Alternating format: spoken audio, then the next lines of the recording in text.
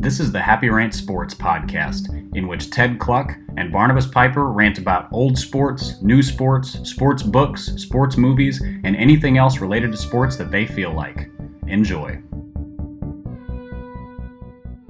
Hey, welcome to the Happy Rant Sports podcast. I am Ted Cluck, joined as always in studio by my good friend, my partner in sports radio, Barnabas Piper. Pipe, NFL free agency has been insane the last few days.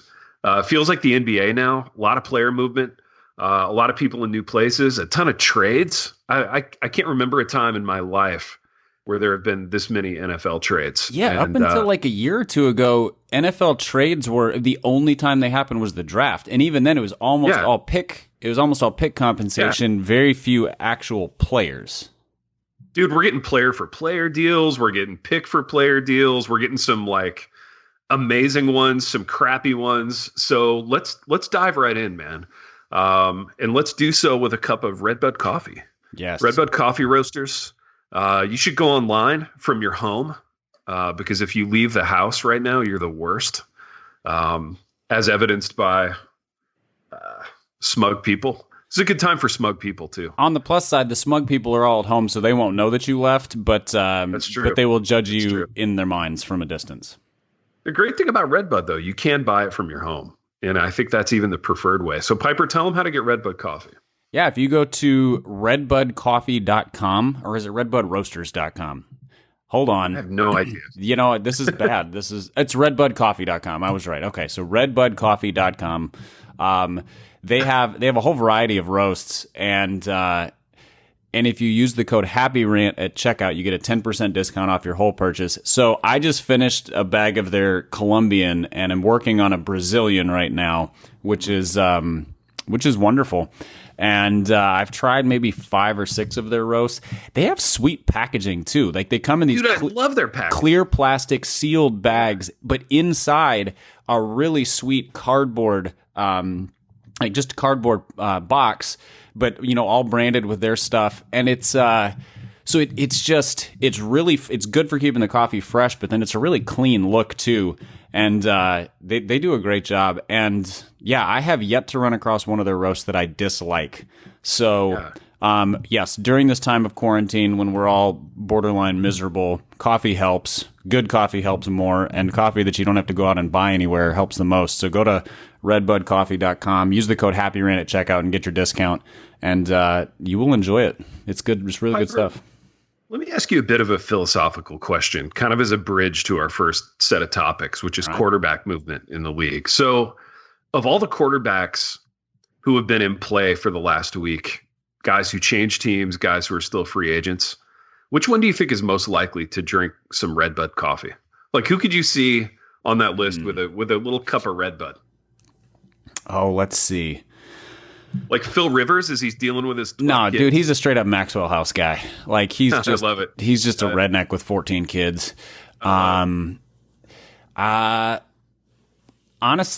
well, let's see. So quarterbacks on the move. We've got Tom Brady. He's a hard no. He's like a green tea and yeah, he's green tea. He's a tea drinker for sure. You know, something. Dude, what fermented. about Cam Newton? Like riding a tricycle with his little Audrey Hepburn scarf. I feel like Cam Newton's the type who would drink terrible coffee that's expensive just because it's expensive. Like the kind that's like digested by goats and then or whatever. Digested by goats. It's got little flakes of gold in it. You know, Teddy Bridgewater strikes me as a possibility. Because he seems to be, he's just a very like level-headed person. Seems reasonable. Seems reasonable, but like he has worked his way into a better position. So like he seems to understand the value of quality, and he now makes a very nice salary, and so he's a possibility. I could see Kirk Cousins trying it once, but I think he will try whatever is pitched to him next. He's an opportunist. So he's an opportunist. Whatever's going to make him the most money. Yeah. So if he would try it one time and then probably. Gosh, I hate that guy so much. We've well established on this podcast. Him and the Titans, two things we can't stand. Let's see. Dude, you know what? About, Ryan Tannehill is a decent option for this too. I feel like in terms of just he is now settled in. He has a job. Coffee. Yeah. Good coffee. But again, he's not. he's just not an obnoxiously pretentious guy. So I could see him like Redbud being his thing, you know, small town Illinois business, family run. I can see that. Yeah, so I put him and Teddy as the two. They are the two that I would like to drink it the most. So I'm going to be optimistic and say it's them. There you go, man. I like it. I could see that. So Piper, let's get into these quarterback moves. This has been a fascinating week for NFL quarterbacking. Let's start with a big one. Brady to the Bucks. So for you, like, what's the emotional / kind of cultural impact on this? And then what's the on-field impact? And then finally, do you like this for the Bucks and for Brady? So just go to town on it, man. Yeah. So it's the big one. Emotionally, I'm very torn because on the team side of things, I hate it. I hate it for the Patriots because Brady Belichick was, you know, the Montana Walsh, the Jordan Phil Jackson, the, you know, Tim Duncan, Greg Popovich, just sort of this, except better than all of those in terms of compared to the league, you know, the most dominant team of my adulthood. So they, you know, they won their first Super Bowl my freshman year in college and have just been the best team since then with a couple blips along the way. And so for that to be done, it makes the NFL less interesting to me. Yeah. I mean, I realize that if you're like a Dolphins or a Bills or a Jets fan, it makes it more interesting because you might have a fighting chance now. But for the rest of us, it's like, oh, come on, man. Like, we either loved rooting for them or we loved rooting against them, but we loved them for some reason. Absolutely. They moved the needle emotionally. Yeah, that is gone. That is gone for sure. And and then, you know, on the Brady side, it feels like Emmitt Smith going to the Cardinals. It's like, oh, okay, well, he's done. Yep. Yeah, I think so, Pipe. I think, obviously, like, optimism abounds in Tampa, but I see this as an Emmitt to the Cardinals kind of arc for Brady. I hate it as a Pats fan. Tristan and I have been grieving the last few nights. In fact, we stayed up late a couple of evenings ago, the day that the news broke. Pluto TV has been running a marathon of like great Tom games, great Pats games, and everybody else went to bed. We stayed up late and grieved together. So yeah, it's a weird one for him. Like, he's 17. Tom has been the only Patriots quarterback he's ever known in his life. You know, Brady started quarterbacking that team 3 years before my son was born, which is insane to think about. So, it's quite a shift. It's going to be weird to watch the first Pats game with Jarrett Stidham or Andy Dalton or whoever ends up playing quarterback for that team, not being Tom Brady. It's going to be a real moment. And it seems like they're kind of just chunking out their roster and they're embracing a full rebuild, which we'll get to later. Impact on the Bucks. I see Bruce Arians as a real, like, down the field guy. You know, he likes to go deep. Brady is the ultimate dink and dunk guy. So I'm not sure how it's going to work. Brady will also want to be the assistant GM. So I just think he went to the place where he got the most autonomy. Yeah. You know, and it's East Coast, proximity to New York, all the stuff that's been mentioned. But it'll be an interesting marriage with Arians and Brady because if he didn't like Belichick's strong personality, he also might not like Bruce Arians' strong personality. Yeah. You know, Arians doesn't strike me as a backseat guy. As a Arians has made it work with a handful of quarterbacks who are fairly volatile over the years. Because he was with Pittsburgh, I believe, with Big Ben. Then he had Carson Palmer, who's not volatile, but like he has a reputation for being a bit sensitive. And then he made it with Jameis without ever like just throwing him in front of a bus.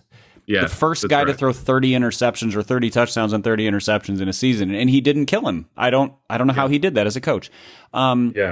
So I could see that working. The other thing, the one reason this could work is because when Brady trusts his receivers, he does more aggressive things. So like when Gronk or Randy Moss were on that team, he put up passes down the field that didn't seem smart, but he trusted in those guys who were the best contested catch guys of their position. Yeah. And Mike Evans and Chris Godwin are not bad for the chuck it up and trust thing, but Arians' system calls for that most of the time, whereas Brady would do that periodically and then do a lot of the Wes Welkery, Julian Edelman, throw to the running backs thing. So I'm curious if Arians will adjust his system to make it work for what Brady is good at. The other question is Brady good anymore? Like, it's hard to tell because they had trash receivers last year in New England. They did. So I don't know. They had trash receivers. The O-line was compromised by a couple of injuries. Running game was hurt by the loss of James Devlin. I think going into 2019, the Pats were going to do kind of a throwback, ground and pound, fullback and tight ends sort of deal. And then when Devlin got hurt, and their center got hurt, Andrews, Shaq Mason was hurt. I think they scrapped that and they just went back to the whole kind of 5 wides, Brady figured out thing, which they just didn't, like you said, they didn't have the horses to do it. They didn't have talent. So, I mean, Brady with actual like receiving talent and weapons is intriguing to me. But yeah, to answer your question, I don't know, and whenever the cliff comes, right, whenever he falls off the cliff, it's going to be drastic, and nobody really knows when that's going to be. Like there were times last year where I thought the arm strength and the snap and like some of these things you look for in a quarterback was there. Like, so I don't know. I don't know that he's, just weeks away from falling off the cliff just yet. But there's something about this that makes me think it's not going to be as like gilded as everyone thinks. I think it could go south in a big way. I mean, what happens when, the Bucs start the season 2-4, because they're still the Bucs. They still have questions on defense. Their offensive line stinks, right? Their offensive line is terrible. And if Brady didn't like playing behind a patchwork Patriots offensive line last year, he's not going to like playing behind this one. Well, and so I'm looking at it. They have the 14th pick, which is it's a good spot to get an offensive lineman in this draft. I think.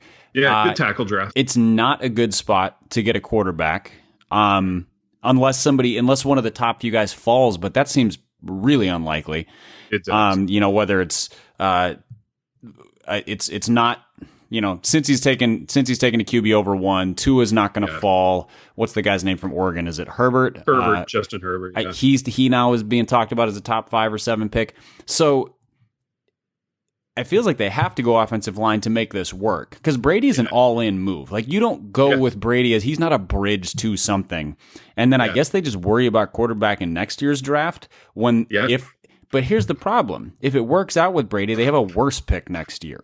They're picking 27 or something. That's right. And so, it's to be fair, they didn't have any good options right now because it was... No, they did. Jameis was... Nobody should want Jameis at quarterback. Like, he's not a good starter and he's not a guy you want as a backup. Like, he has a ton of talent and no mind for the position. Yeah. And so, I guess from that sense, it's shrug and be like, sure, like, why not roll with it? See if we can make it work with these receivers, and then we'll figure out the quarterback thing in the next year or two.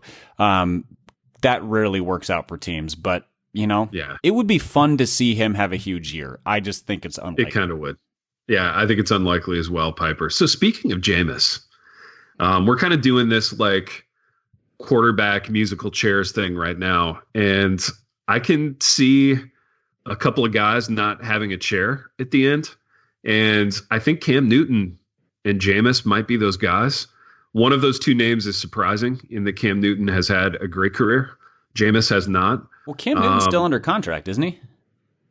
Well, Carolina signed Teddy Bridgewater, and Cam made it pretty clear that he wanted a trade.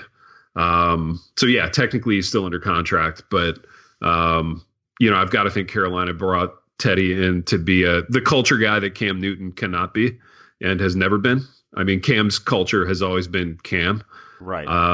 So that being said, I don't know who's going to want Cam Newton in their clubhouse, commensurate with like what he brings to the table in light of all his injuries lately. I just think he could be a great player who ends up without a job. And that's really interesting to me.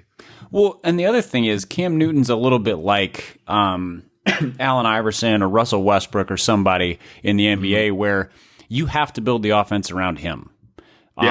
He is profoundly talented in very specific ways. And so you have to have a certain kind of receiver, certain kind of offense. And he's only as good as his ability to run the ball. If you turn him into a moderately mobile downfield thrower, you've just got he's the 22nd best quarterback in the league. Yeah, he's Josh Allen, except Allen can still run. Exactly. And he's a better passer than that, but not he's not a great passer. And so much of his passing builds off the running. Like, I think he's in the spot where somebody, I don't know, let's say, so the Bears traded for Foles. We'll get to that one in a minute. The Bears would have been an interesting team for him because Trubisky needs to go. But now they've traded for Foles, and it's like, oh, you're just going for like the pseudo steady hand here. That's an interesting move. I think Cam. I like it though. I like it. You like Foles? I like it better than Cam. Well, I mean, I think I do, but Cam. If the Bears wanted to compete for a Super Bowl, Cam's the better option. Yeah, I agree. He also might get them the third pick in the draft because he might play 7 games and then tank the whole clubhouse. But exactly, and I think it would have been more that than the other. I have a scenario that I think is the most Cam Newton scenario ever and the most this team scenario, and it's Washington. Obviously, Ron Rivera's there. You don't think he's a little sick of working with Cam? I think he's either sick of working with Cam or can you imagine a quarterback room with Cam Newton and Dwayne Haskins in it? Like, that's a sitcom. Yeah. That's a really interesting quarterback room. But I don't know, the familiarity factor with Rivera, the fact that it's a terrible idea makes it for sure the thing that the Redskins will do. I think of all the scenarios out there, like that's the only one that feels remotely realistic for me with Cam Newton anymore. Either that or he goes somewhere as a backup, which is like hard to envision. Like it's hard to imagine him holding the clipboard for somebody. What about somebody like the Chargers still need a quarterback. Yeah, that's true. Unless I missed something, but I think right now they've got Tyrod Taylor and nobody. They do. Yeah. And again, I think that's a terrible idea because I think Tyrod Taylor with that defense would probably lead them to a better chance at winning than Cam would. Dude, I agree. I'm bullish on Tyrod Taylor. I always have been. He's a guy that's always been a victim of whatever big name has just been drafted, you know. When he's also a victim of he's not what anybody wants at quarterback, but he is better than most of the options. Most of the fallback options. He's so careful with the football. Like he's not going to lose you games. And like for me, I value that a lot. He's Alex Smith-esque. He is. Yeah, he's Teddy Bridgewater-esque. And those are both guys that I like. So Foles to the Bears. Let's talk about that.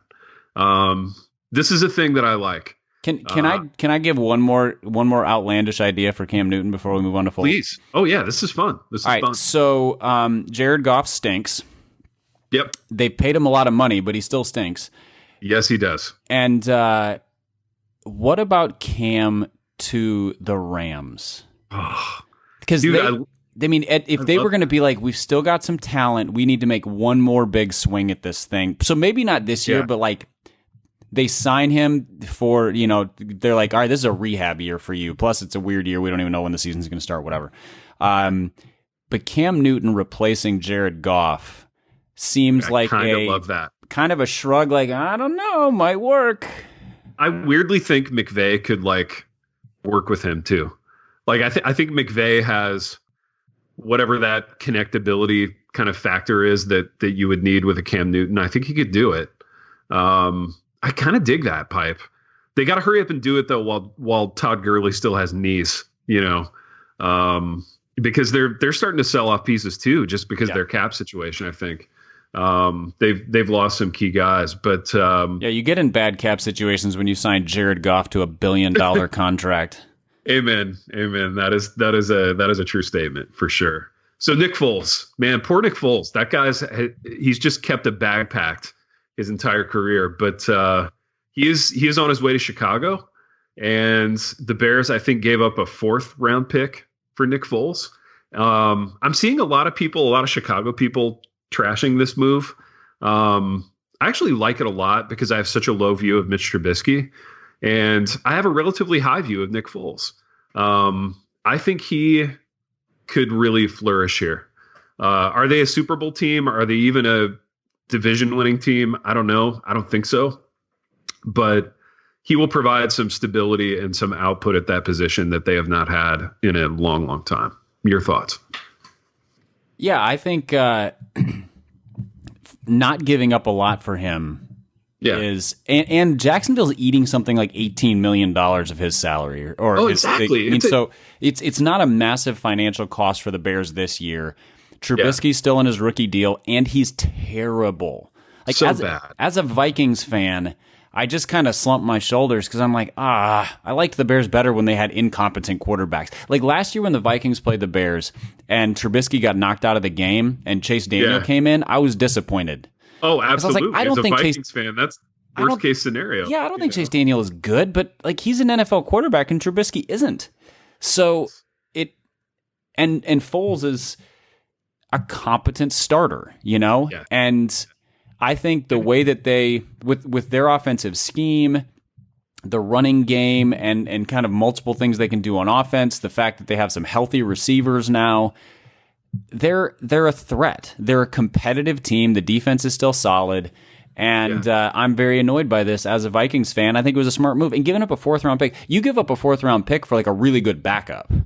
And exactly. And often your 4th-round picks don't even make the roster, right? Right. So it's a safe flyer to get an adult in the room. I think it's really going to help the clubhouse. Yeah. Dude, honestly, I think the Bears sort of stiff-necked, we're staying with Trubisky regardless kind of posture last year really lost them the clubhouse. The defense that was playing hard in week 1 was no longer playing hard in week 11. When it was kind of out of necessity because they had given up so many picks for him.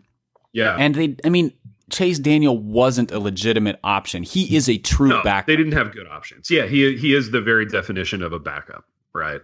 So speaking of backups, I will say though that I think the Vikings are probably going to be worse this year, just given all the moves they've had to make. The Packers will likely be as good or better than they were last year. I don't see any reason they'd be worse.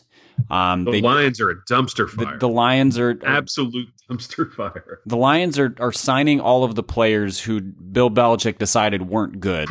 And so the Bears could potentially be and they have an outside shot at like the wild card, I think. Yeah. I'd say they and the Vikings are competing for second in the division this year. They're probably pretty equal teams. I think the Vikings have maybe a little bit better system overall, things like that, a little bit more continuity. But if Foles plays well, they're a competitive team. I agree, man. I agree. Yeah, I like it. So backups becoming starters. Let's talk about Teddy Bridgewater in Carolina. Do you like this? Oh, I love it. I do. I like it from a culture standpoint. I like it all the way around. Yeah, I like it. I like that. I like it from that standpoint. I like it because they have put a bunch of receivers in place on that team, or receiver/running backs who are like Curtis Samuel and Christian McCaffrey and DJ Moore, who are all guys who are great with the ball in their hand, and it doesn't. They don't require a guy who's going to hit them 40 yards downfield. And Teddy is a consummate distributor, and he's going to be very careful. And he's young still. I think he's like 25 or 6. It's not a super expensive deal, so they can help rebuild and strengthen other parts of the team. Yeah. And they have a new coach who has run some really successful offensive systems in 2 different places in college. And so I think it puts Teddy in a position to be successful. And I think it's going to be great for that clubhouse too, because he's just I think everybody in the league likes him and respects him. He's come back from a lot. He played well for, what did he go, 5-1 or 5-0 as the Saints quarterback last year? Yep. Yeah, I love it. Plus, I have a deep and abiding affection for Teddy as a guy who I wish the Vikings would have held on to. I know it, dude. I wish he was still your quarterback. I'm just not going to stop wishing that. I know it. So and the other thing is, after what happened to his leg, seeing him get a starter role is really cool, and I'm happy for him. Dude, me too. This to me is the ultimate modern NFL kind of quarterbacking move, in that it makes economic sense. He's a player that I like. He's a player that does things that I would want a player in that position to do, which is protect the football. And he does it on the cheap. I mean, this is a great move for Matt Rule to kind of start his franchise with in Carolina. Okay, Piper, Phil Rivers going to Indianapolis, uniting with Frank Reich. Does he have anything left? Does he make Indy better? I think it depends on how well he meshes with Reich's system, because Reich is he's a really good offensive coach, and it's more of a quick passing game, a little bit more timing kind of thing. Like, you remember when 2 years ago when Andrew Luck came back from shoulder surgery, people were really weirded out because for the first few games, everything was dink and dunk until he kind of built up some confidence. I think that's what Rivers needs, because he threw a ton of picks last year because he was just chucking the ball downfield and into contested situations. And I don't know if he still has the arm to be a downfield guy. So I think he makes them better because he's experienced, because he's smart, and I'm not totally. I think Brissett may be a high end backup. I don't know that he has starter capabilities in terms for a winning team.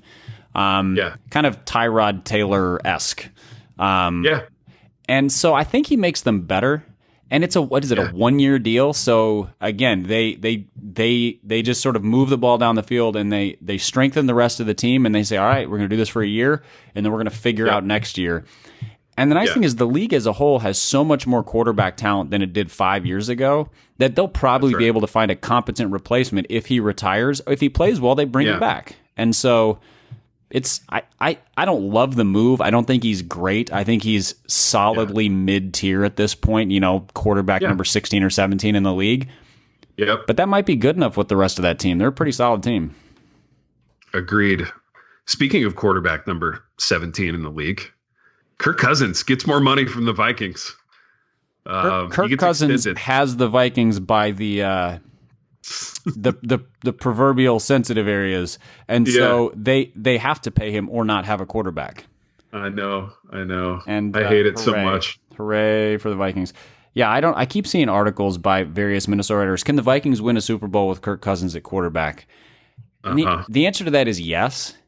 In the same way that, like, the Ravens could win a quarterback with Trent Dilfer, or win a Super Bowl with Trent Dilfer at quarterback. And the league was different back then. Right. But a team can win with a mediocre quarterback if everything else is right. Who's the crappiest quarterback to have won a Super Bowl in the last, let's say, decade? Nick Foles. Yeah. Yeah. I mean, I don't. Yeah. Am I missing somebody? No. Half of those games are the Pats and Tom Brady. So I was going to say Eli Manning. But that feels like a different era as well. It does. Yeah. That was the ground and pound, I don't know. They had Brandon Jacobs and Tiki Barber Yeah. You're right. That was a different era. And a ferocious defense. Yeah, I was going to say they lived and died on their defensive line more than they did anything else. Their offense was pretty mediocre, actually. It really was. Yeah, they had no kind of talent at receiver. Because it's been Russell Wilson, it's been Patrick Mahomes, it's been Tom Brady a couple times. It's been, the thing that would worry me about Cousins vis-a-vis this conversation is that he's way worse than all of those guys you just mentioned. You know what I mean? Markedly worse. Oh yeah. So yeah, if we're looking for comps of teams who have done it with crappy quarterbacks, yeah, you got to kind of go into the Wayback Machine, and that's problematic. But yeah, but you're right. He does have them over a barrel. They got no choice. It's such an offensive league now that you need to be transcendent at that position, I think, to consistently have a chance. Yeah. And the thing is, he's a system quarterback, so he looks good when the system is clicking. Yeah. But when the system's not clicking, he doesn't he does not pull the offense along. The whole thing comes apart. He's a cog in the machine. He does not drive the machine. Absolutely. And you look at his numbers from last year, you would think he was an all-timer. It's 70% completion rate, 30-something touchdowns, 4 interceptions. Yeah. 4,000 something yards, just an amazing year numerically. But you watch those games and you go, I don't trust him. Exactly. With the exception of the playoff game against the Saints, and even there, he disappeared for the second half of that game. Some of that might be the coaching, but that's the first time in a highly anticipated competitive game that he's looked pretty decent and made some big throws. Big throw to Thielen, big throw to Rudolph down the stretch, to, obviously to seal the game in overtime. But yeah, I don't trust him. I'm not excited about it. And it's the kind of thing where they have him for 3 more years, and then they can't cut him at any point in the deal without taking a ton of dead money. So they either trade him or have to give him another 2 or 3 years and keep pushing this thing down the line. And there's going to be no trade market for him. None. Not at the salary. Granted, in 3 years, the salary that he's getting might not be so bad. Although his cap number in the 3rd year of this deal, I heard, is $40 million, which, I mean, that's Patrick Mahomes level. Exactly. For the 17th best quarterback in the league. Yeah, it's just amazing. Yeah. I'm not excited about it. I just, I feel like the Vikings are going to be a 9-7 team this year because their defense is going to be a little bit worse. Their offense is probably going to be a little bit worse because Stephon Diggs got traded, and those years toward the end of that deal are not going to be pretty, where you can't pay anybody because you're paying him. And yeah, it's going to get ugly. I mean, the gamble was he'll get us to the Super Bowl last year, or he'll get us to the Super Bowl this year that's coming up. So let's pivot into Stephon Diggs going to Buffalo. The Bills gave up a lot for this player. Are you sad to see Stephon Diggs go? Let's start there. I mean, emotionally, yes, because he's a fun player to watch. He had probably the most memorable catch in recent Vikings history a couple years ago against the Saints. He's like, when he's clicking, his route running is like Marvin Harrison-esque and just sort of putting defenders on skates. Yeah. But there comes a point when a guy's getting paid $14-15 million and he's a pain in the butt that you go, and the Vikings have a bad cap situation. Thank you, Kirk Cousins. But so dumping that salary for a first-round pick and then a couple mid-rounders is pretty good value for what it is, especially when you look at what the Texans got for DeAndre Hopkins, which was just garbage. And so I'm sad to see him go. I think it's a good, necessary move. The Vikings need to invest more in low-cost players, and they were paying 2 number 1 receivers, and on a team that's not going to pass 45 times a game, that's a poor distribution of resources. That's a luxury you cannot afford. It's a luxury very few teams can afford, even if they do pass that much. So that's right. I think it helps put them in a position to build other areas of the roster better. And then there's the snide, smug side of me that also is glad to see him go to a team where he's going to hate his quarterback even more than he hated Kirk Cousins. That's right, dude. It's an interesting thing. Obviously, optimism runs high at this time of the year, and if you don't like guys who struggle to get the ball on you down the field, he's going to be very frustrated with Josh Allen. Well, the thing is, Kirk Cousins is a pretty good downfield thrower. He's pretty accurate. His problem had as much to do with the fact that there were games where the Vikings threw the ball 8 or 12 times because their defense was solid and they could run the ball 45 times and grind out a 20-13 win or something. Yeah. Well, the Bills are not going to throw the ball 40 times, and if they do, 12 of them are going to end up in the 4th row. And so that's right. I think he's and it's freezing cold there, and it's not an indoor stadium. So good luck, Stephon Diggs. I think you just talked your way into a situation you're going to dislike even more.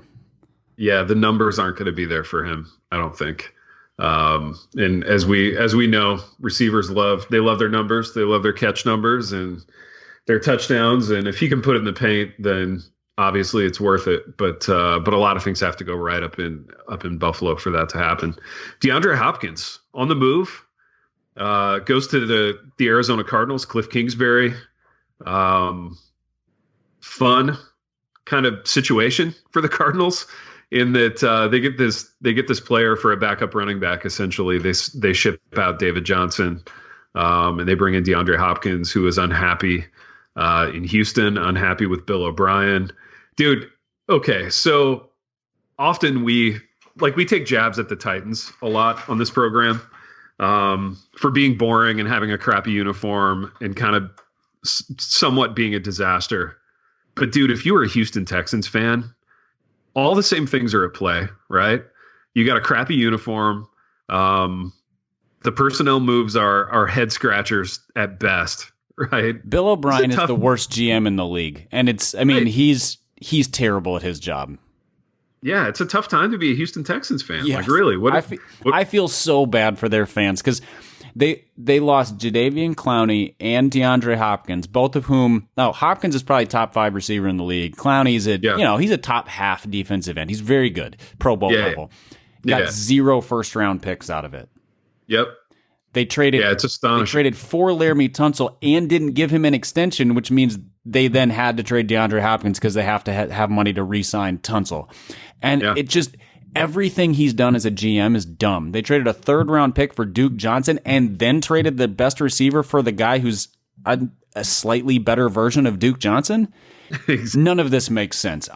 Texans fans, I don't know how many of you there are. I don't hear much from you, but let me just give you a podcast like hug and pat on the shoulder because I'm so sorry you have to have a GM who's this bad at his job. Dude, they traded a 3rd for Duke Johnson and then never gave him the ball in favor of getting like 3.1 yards a carry out of the great Carlos Hyde, who they fed like 35 times a game. It was wild. Really, really wild stuff there out of Houston. I will say, I love this deal for the Cardinals. Yes, dude. How fun does it make the Cardinals? Like, how good do you think they're going to be realistically?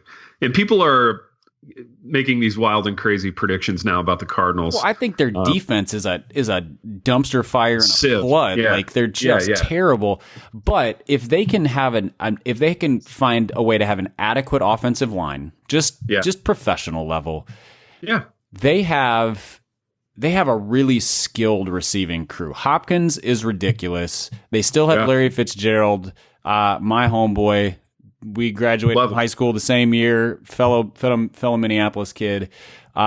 Just keeps putting up numbers. Kyler Murray got better and better as the year went on, and Kingsbury seemed to figure out NFL coaching after the first few games and made adjustments to put his team in a better position. So if they can get a solid offensive line, just a couple professional guys, and then and maybe hopefully improve their defense, I think they're going to be competitive. I think they're going to be fun. Yeah. Kyler Murray's going to put up some numbers. Dude, I think it's time for them. How disastrous do you think the Rams are? I think they're pretty disastrous. So I think this could be an opportunity year for Arizona to kind of make up a lot of ground on the Rams, if not overtake the Rams. I think as long as Pete Carroll is coaching in Seattle, and Russell Wilson is their quarterback, that division just tilts to the Seahawks. But I agree. Yeah, I think I kind of feel a little bit about Arizona the same way I do about the Bears. Very different kinds of teams because the Bears are very solid defensively, and if they have an adequate offense, this is kind of the other way around. But like they could be competing for, I don't know if wild card is right, but like they could really give some teams some trouble this year. They could hang a sneaky 35 on the Rams and put them on their heels, that kind of thing. Totally. And I think they're going to be fun to watch. Dude, so I think the Raiders have quietly done really great work in the free agency and trade. It has been quiet. So they signed 2 really good off-ball linebackers, Corey Littleton and Nick Kwiatkowski. I think they both make the Raiders defense better. How do you feel about the Mariota signing? Mariota to the Raiders. Is Carr still under contract? Carr is under contract. So is this competing for the starting job, or what is this? I think this is competing for the starting job. I think this is probably winning the starting job, to be honest with you. It's a weird one for me because I feel like Gruden's beef with Derek Carr was always that Derek Carr was too much of a puppy dogs and ice cream nice guy, not a rip your lungs out kind of guy. And Mariota is arguably even nicer than Derek Carr. I mean, just a sweetheart of a kid by all accounts. So if Gruden wanted like, some glass chewing, old school, swaggering, leader of the room Brett type. Favre is what he wants. Exactly. He wants Brett Favre. He did not get Brett Favre in Marcus Mariota. Well, but the other complaint about Carr, well, granted, they don't have any receivers right now, so maybe it's a moot point. But the other complaint about Carr was that he would not take a risk. He would not throw the ball downfield. He was just check down Charlie. Well, Mariota is not great at throwing the ball downfield either. Like, he can make some throws, but so could Carr. Carr's got a better arm than Mariota does. But both of them are so cautious with the ball. Now, maybe this is the direction they want to go because they drafted Josh Jacobs, because they put money into their offensive line, because their tight end is their best receiver. What's the guy's name? The Jordan somebody? I forget his name, but so and maybe that's the route they're going. Now, of course, they'll probably go out and draft a wide receiver first round because they really need playmakers. But I don't know. I have sort of low-grade Bridgewater-esque feelings about Mariota in that I really like him. He's been through some tough injuries. He played for 17 different offensive coordinators, so he's never been in a position to succeed. And I would love to see him have his potential maximized, whatever that looks like. He's such a likable guy, man. And again, we always goof on the Titans, but I think you and I have both really liked Mariota as a person over the years, and he's just one of those guys you root for to like. Yeah, and I wanted him to be good, and totally. And I don't know if he is. He does strike me a little bit as somebody who will likely be a long-term high-end backup. I don't know that he has the either the arm or sort of just that click into psycho gear. Not the glass chewer, but just the I'm an intense enough competitor that I will take the risks, I will make the throws, I will drag my team to a victory. I just don't see it. And so I don't think he's going to be capable of doing quite enough to like definitively win that job. It's going to be a kind of a pick 'em deal, I think. Okay. Dude, I think the Ravens are going to be really scary next year. They were scary this year. Yes. And they added Calais Campbell and Michael Brockers to the D-line. So the rich get richer there as far as front sevens that are scary, to pair with Lamar Jackson and all those weapons on offense. Let's talk about guards. Let's talk about guard stuff. The Detroit Lions are fascinating in that they're letting all their good players go to other places. I don't know who's going to be left to play football for the Detroit Lions, to be honest. They're going to be like a semi-pro team next year, and it's fascinating because they let their best lineman go. Graham Glasgow goes to Denver, so the Broncos get a good guard there. Marshall Yanda, who I mentioned on the last program, retired. He's going to be a Hall of Famer. But my new guard man crush plays for Arizona, J.R. Sweezy. Have you watched a lot of J.R. Sweezy tape, Piper? I have or not. Any? No. Yeah, really athletic, really mean. Kind of like a young Richie Incognito without the off-the-field issues. I'm bullish on J.R. Sweezy. Well, when Richie Incognito is on the field, he's really good. It's him as a human that presents all the problems. So if this is Richie Incognito, the player, but not the human, that's a very positive description. Dude, Richie Incognito drinking Redbud coffee, you think? Could you see it? I think he would, like, chew the beans and then spit them on an old lady or something. Well, that's another way. That's actually one of the suggested pairings on the back of the packaging there at Redbud. So you can either brew it in the standard way or chew the beans and spit them on an old lady. So however you want to enjoy Redbud coffee, it's up to you. A lot of mediocre edge guys change teams. Piper, do any of these move the needle for you? I'm gonna read some. Well, quick offensive line one. How do you feel about the Browns signing Conklin? It's not a guard. I think it's good. It's not a guard. Yeah, good for the Browns. Okay. Yeah, it's good for the Browns. I mean, he was always kind of going to be the odd man out in the Tennessee kind of financial picture this offseason in that they gave some money to Tannehill. They franchised Derrick Henry. Conklin was going to be the odd man out. So I think it's going to hurt the Titans more than people realize, because I agree. Conklin he's not an awesome tackle, but he was like one of the top 3 or 5 graded run blockers, which is Very what good they run build blocker. their entire offense around. So yeah, that's right. Yeah, very solid run blocker. Dude, speaking of the Lions doing astonishingly stupid things, they backed up the Brinks truck for the Eagles backup tackle, Vitae. yes, Huge guy, kind of a turnstile, not a good football player. I mean, those statements are all relative. He's a very good football player compared to me or you, but not relative to his salary. Right. The Lions have not done anything this offseason that's made any sense. And that is one of those moves. By this offseason, do you mean since Matt Patricia became their coach? Yeah, dude. And it's so weird, too, because so I listen to all these football podcasts, and Patricia's been on a couple of them as a guest. Like, he was on Chris Long's podcast, which is really kind of a fun listen. And he's been on, what was the other one he was on recently? It might have been some Mel Kiper thing, but he's a really fun interview. Like, Patricia just seems like a genuinely fun, jovial dude to spend time with. And I really want it to work out for him, except that I don't have any confidence that it will. And I don't like any of the moves they're making. And it makes me confused because Matthew Stafford is still really good. Uh-huh. He's really, really good. I would trade Kirk Cousins like Kirk Cousins and a first-round pick for Matthew Stafford right now.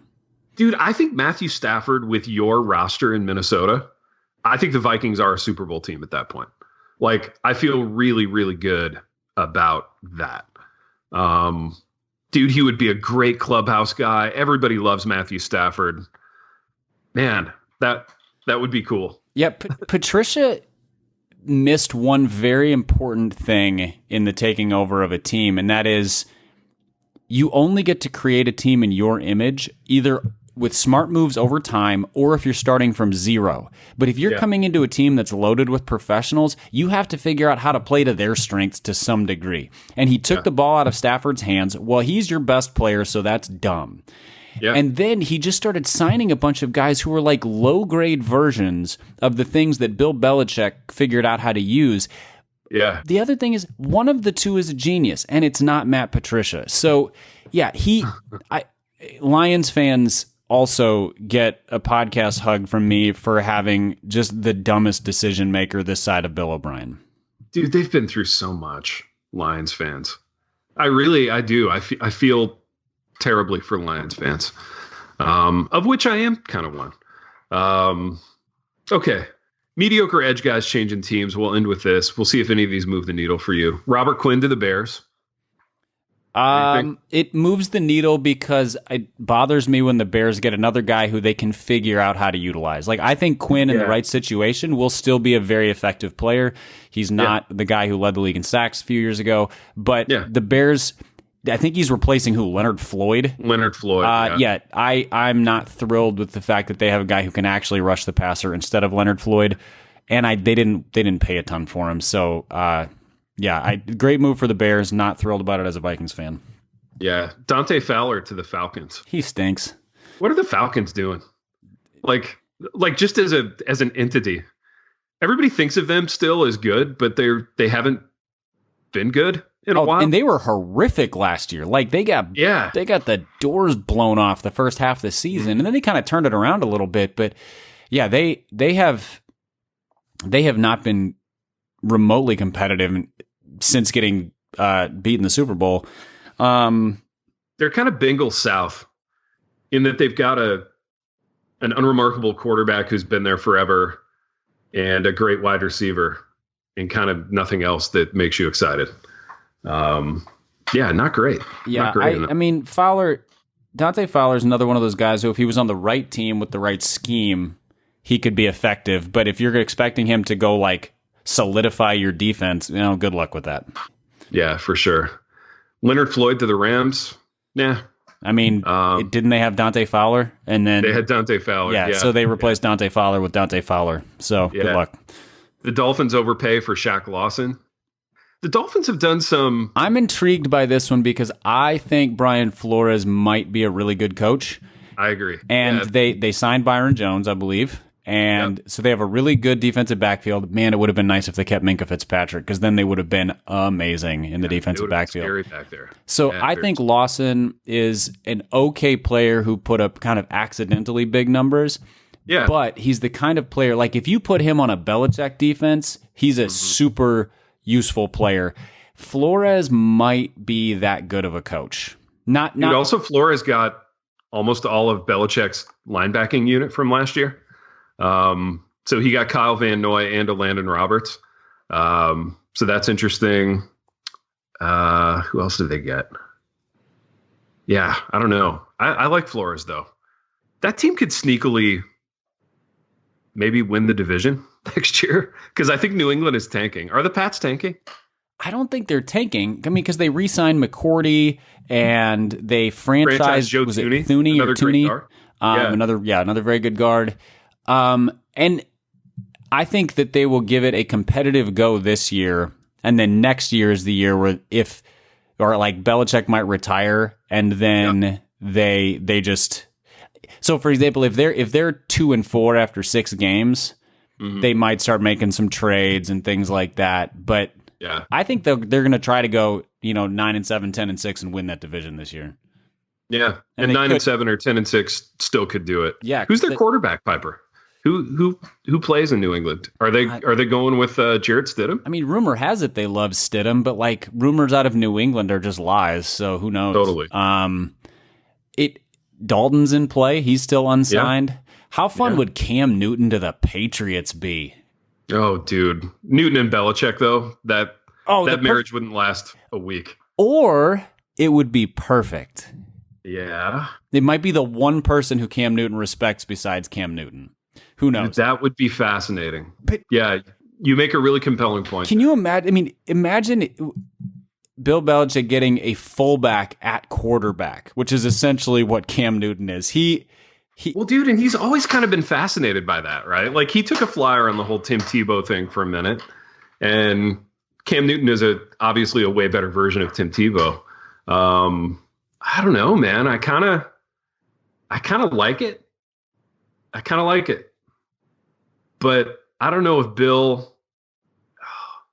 I don't know. Could he ever get there in his own like heart with Cam Newton to be like, I'm going to try this? Think about it. Like they tried Antonio Brown. They brought in Josh Gordon. They brought in Randy Moss. I mean, and Moss worked out great. Like Cam Newton could be the quarterback version of Randy Moss for them. He could. He could also be the quarterback version of Antonio Brown for them. So, it's exactly. Man, of all of the things we've discussed, the Rams is the one that makes the most sense. Yeah. The Patriots is the one I would love to see the most also, because I think it would make Patriots fans so angry that it would make me giggle. So, dude, it would keep the Patriots interesting for another couple of years, though. You know what I mean? They would continue to be a factor, which is, I mean, if they start Jarrett Stidham, they'll go 9-7. They'll lose in the first round of the playoffs, or they might go 4-12. Like they don't have any offensive talent outside.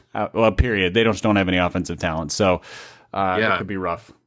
They've got a bunch of guys who haven't played. I mean, they've got that N'Keal Harry who they drafted last year, who really didn't play much, but kind of came on a little bit toward the end. They drafted the running back from Alabama last year who literally never saw the field. James Devlin will be back, which is big. Andrews, their center, will be back, which is also big. I don't know. They could be sneakily decent, but like them being sneaky decent next year all depended on Tom Brady coming back to me. And, with that influx. Man, the more I think about this, the more I want Cam to go to the Patriots. It's fascinating, dude. It's really, really fascinating. It would be the ultimate boom or bust kind of proposition. It would either be amazing or it would be the biggest disaster in the history of like modern quarterbacking, and we'd know it by week 3. You know what I mean? The wheels would come off real fast. Oh, we'd know it in training camp. Yeah, that's true. Well, Pipe, interesting stuff, man. We have done what we always do on this program, in that we've wandered to and fro throughout some sports things. You and I are going to be back in the studio tomorrow, actually, to do some creative sports stuff in lieu of actual sports happening. We're gonna go deep dive into the past and watch some tape together and do some commentary. I'm looking forward to that. Who do we sign off with today, man? What's the name for today? I think you should pick a guard crush of your choice. Yeah, I like it. All right, Piper, we've done what we always do in that we've wandered to and fro throughout these topics. And until next time, J.R. Sweezy. The Happy Rant is brought to you by Resonate Recordings. If you go to resonaterecordings.com, you can see the full range of services they offer. So if you're considering starting a podcast, they are the ones we recommend going with. Again, go to resonaterecordings.com to see their prices, to connect with them and ask any questions, and to see what they can do to help you launch, edit, master, and improve your podcast. Again, go to resonaterecordings.com to see what they can do to help you launch and improve your podcast.